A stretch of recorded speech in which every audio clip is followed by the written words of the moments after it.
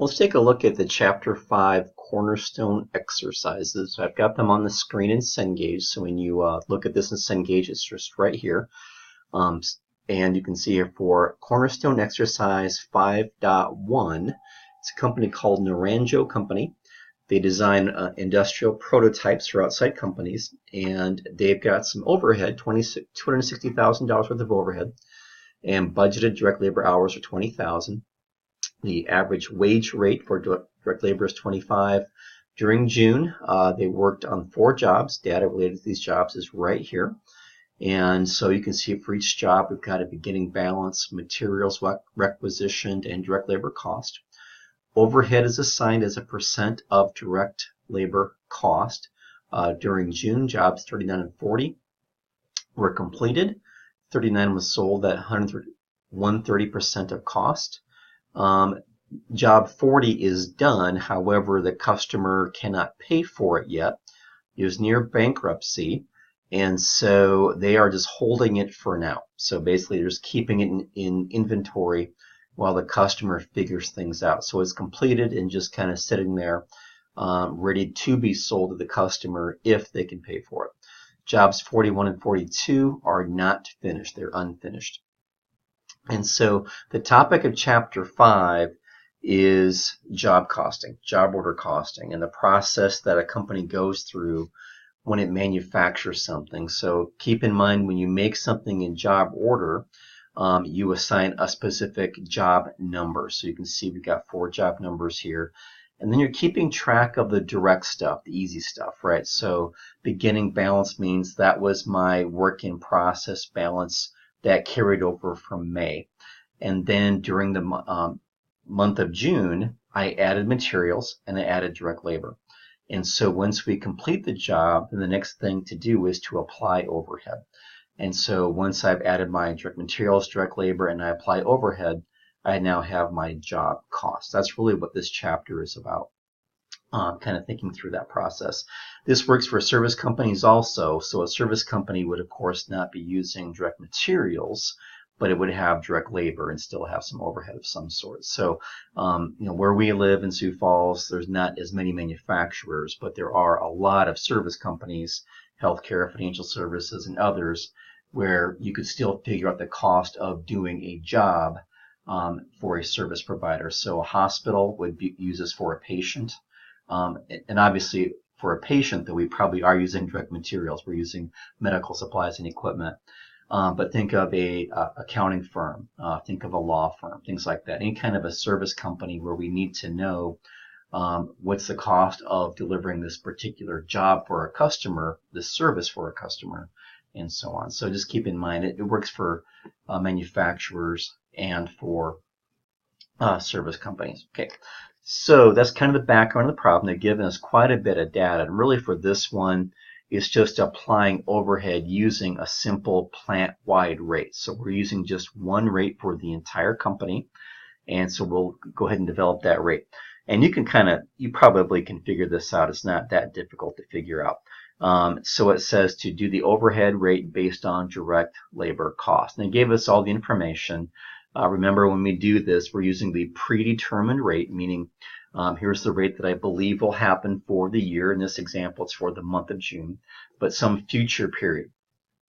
And that said budgeted overhead for the year was 260, and direct labor cost was 20,000 hours at $25 per hour. So calculate overhead rate based on direct labor cost. Well, it's not too hard to figure out. I'm going to go back over to Excel and just do this one right here. So this is question 1, and we're just going to figure out what the allocation is for overhead. So they gave us the overhead in dollars is 260,000. Okay, and then my direct labor cost, so I'm just going to call this DLC for direct labor cost, that is 20,000 hours times $25 per hour. So I get 260 divided by 500,000. Let me give you some decimals there to make it easier to see. So I'm going to take 260, divide that by 500,000, and that's my rate, which is now 52% or 0.52. Okay. So that's question 1. And this table right here represents question 2. In question 2, if we go back to the problem, says set up a simple job order cost sheet for this company for June. And so we've got the jobs, and I've kind of just done this in Excel as opposed to doing it here, because in Excel I can use the formulas and whatnot. So I like that a little bit easier. But you guys have done enough problems now. You should have a good idea of what the particular items are on the drop downs to put in there, and so on, and the subtotals and so on. So let's go ahead and do that. So I've got the table set up. And what's already here is what was given to us in the problem. So let me go back here quick and just show you guys. These are all the amounts right here that were given to us in the problem. So those are done. Same numbers I put in here. Now to apply overhead, I apply overhead at the 0.52 per direct labor hour. Okay, so I take 0.52 times 10,000. I'm just going to use a formula approach here and just go plus I1, where my 0.52 is, times this right here, which is G8, which is where my $10,000 is.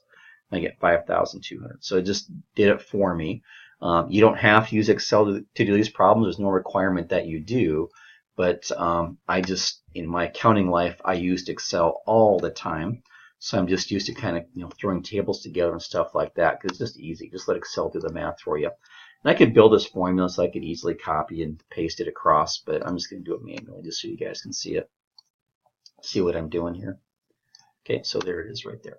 So I just got it done. That was it. So this formula, I already put that in there. Just sum everything down. And so what I just calculated was this. So the way we allocate overhead for this company is we take 52%, multiply it by the direct labor hours per job, and that applies my overhead. So the cost of each job is right here for each of the jobs when June is over. So total meaning the end of June. Okay, so that was question 2, and that really is all we needed for Cornerstone Exercise 1, was those two calculations. Okay, so this is 1 and 2. So let's take a look at the next one, because these two go together. So same information, we're still on Naranjo Company here, same data here. And now what they're asking us is, what is work in process, what is finished goods, what is cost of goods sold, and what's the price charged on the job that was done and sold. So if you can recall, we had the 4 jobs, and there's something unique about each job. Some jobs are done, some jobs are not done. One job in particular was sold. So let's go ahead and take a look at that. So jobs 39. Let's go back to the table here. I'm going to type in what's the situation here. This job was sold. Okay. Job 40 is in finished goods. Remember, that was a job that we finished it, but the customer can't pay for it yet, so it's just sitting there in finished goods. And jobs 41 and 42 are not done yet, so they're work in process. Okay.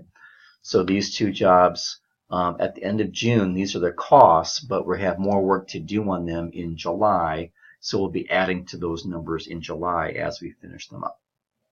Okay, so let's go back to what question 1 stated for the next cornerstone here. So question 1 says, what is the work in process balance as of June 30? Well, that's really simple. My WIP is the sum of jobs 41 and 42. So let's add those together, and we get that number right there, 46,318.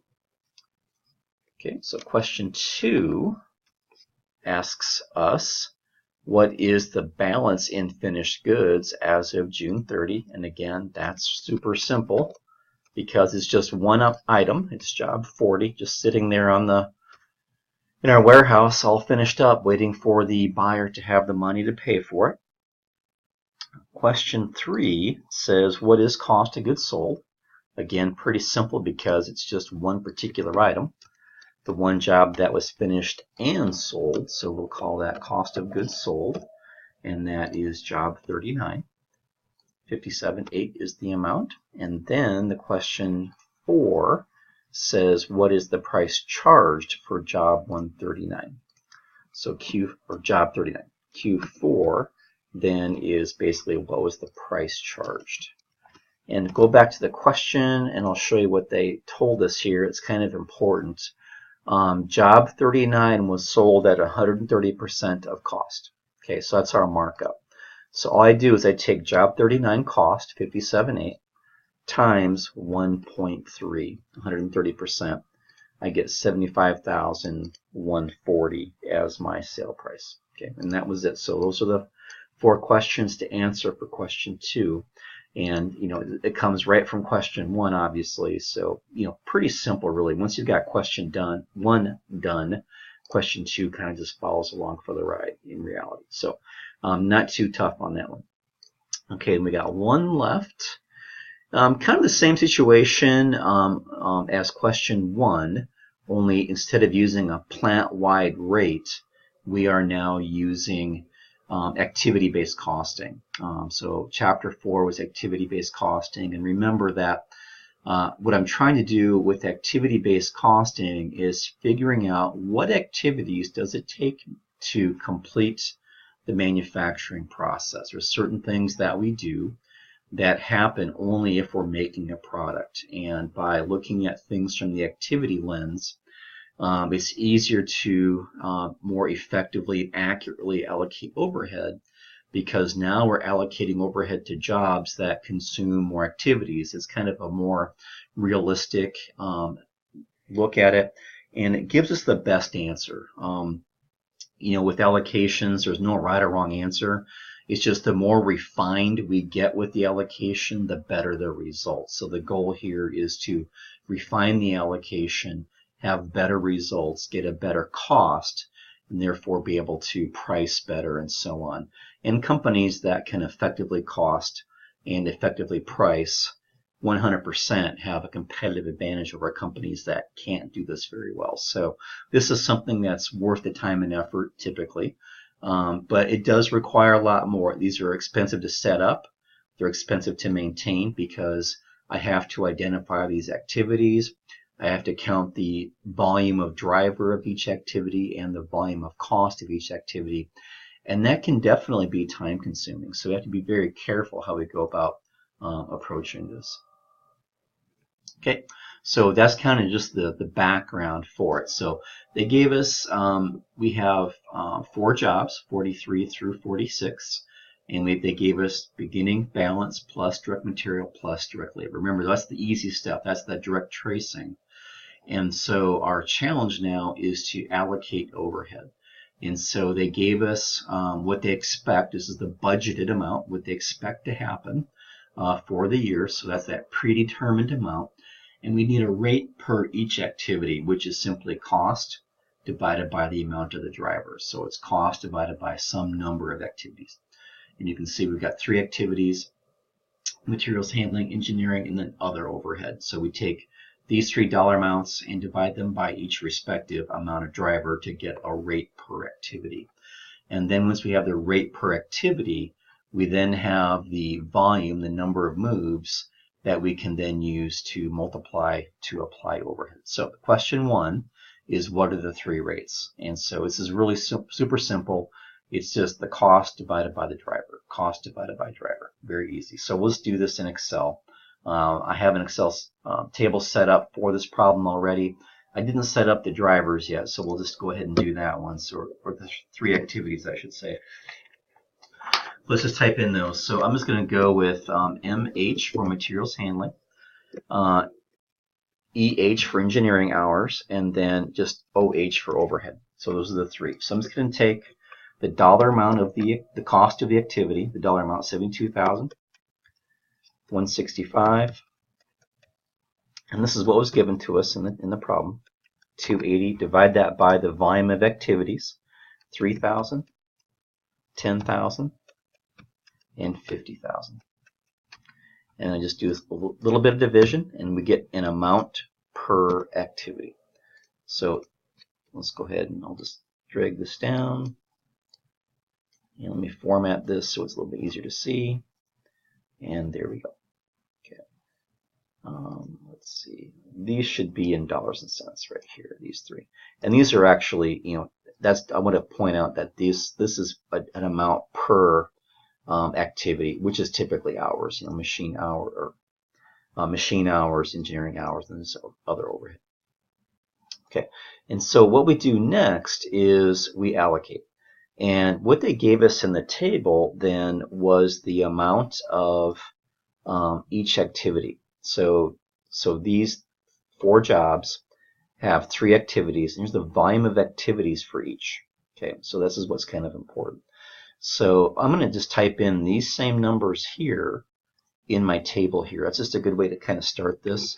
So it's 44, 30. I've got it written down on my answer sheet here, so they're right in front of me. But that's kind of helping you understand how you might build this in an Excel table if you want to do it that way. So it's just the exact same numbers given to us in the problem. I'm just going to show you how to do some simple math in Excel and just build an allocation table. So right now this is just activities, but I have to multiply those activities by these rates right here. Okay, this is what I need to do. And I'm just going to move these rates here, just maybe a little bit easier to build my formulas. So here's my rates and here's my activities. Okay, so materials handling is just simply, it's 44 times 24 for each one of these. For this one, it's 52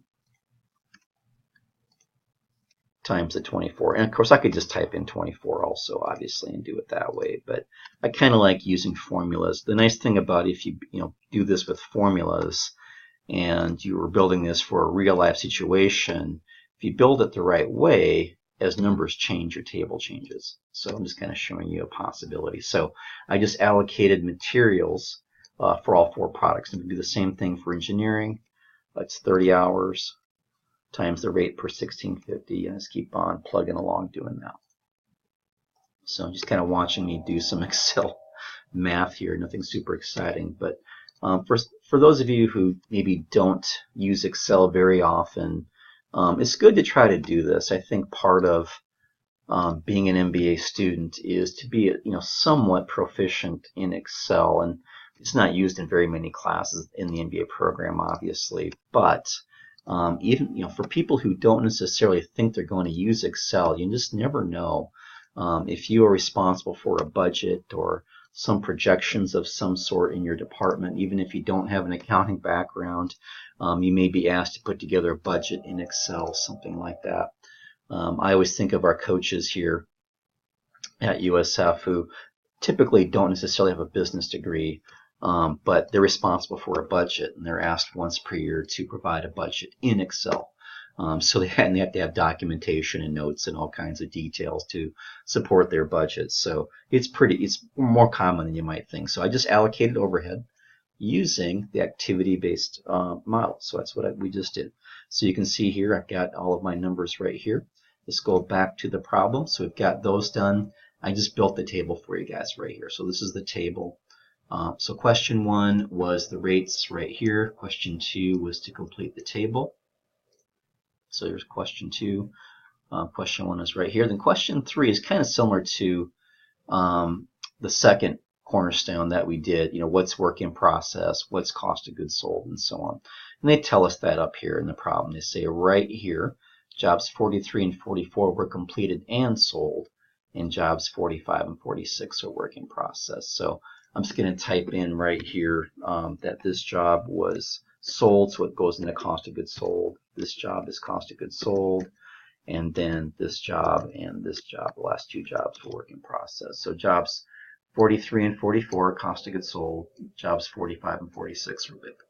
So going back to the problem then, question 3 just says what was work in process. Okay, so Q3 is what is my WIP. And you can see here it's just the sum of 45 and 46 together. Okay, so that is 7308. And then question 4 was just simply what is my cost of goods sold amount? And that was just simply jobs 43 and 44. Okay, and there we go. So now we're done. So that was the cornerstones for chapter 5. I think it's a pretty straightforward chapter. You're kind of leaning a little bit on what you learned in chapter 4, obviously, and then kind of applying that with the allocation of overhead using ABC and the traditional rate in chapter 5. So, but product costing is usually one that people can pick up on. A big takeaway that I want everybody to have, though, is this applies to manufacturers and service companies. So think about the company you work at. and think about how somebody in your company may be tracking the cost of something, delivered to your customers, if it's a service or a product or whatever it is, and what they are probably doing to figure out what the costing is and allocate overhead and so on. So this might give you some insight in that process. If you're ever asked to be a part of that as you do forecasting in your department or budgeting, you'll probably find these things to be pretty useful. As always, if you have questions, just let me know. Thanks.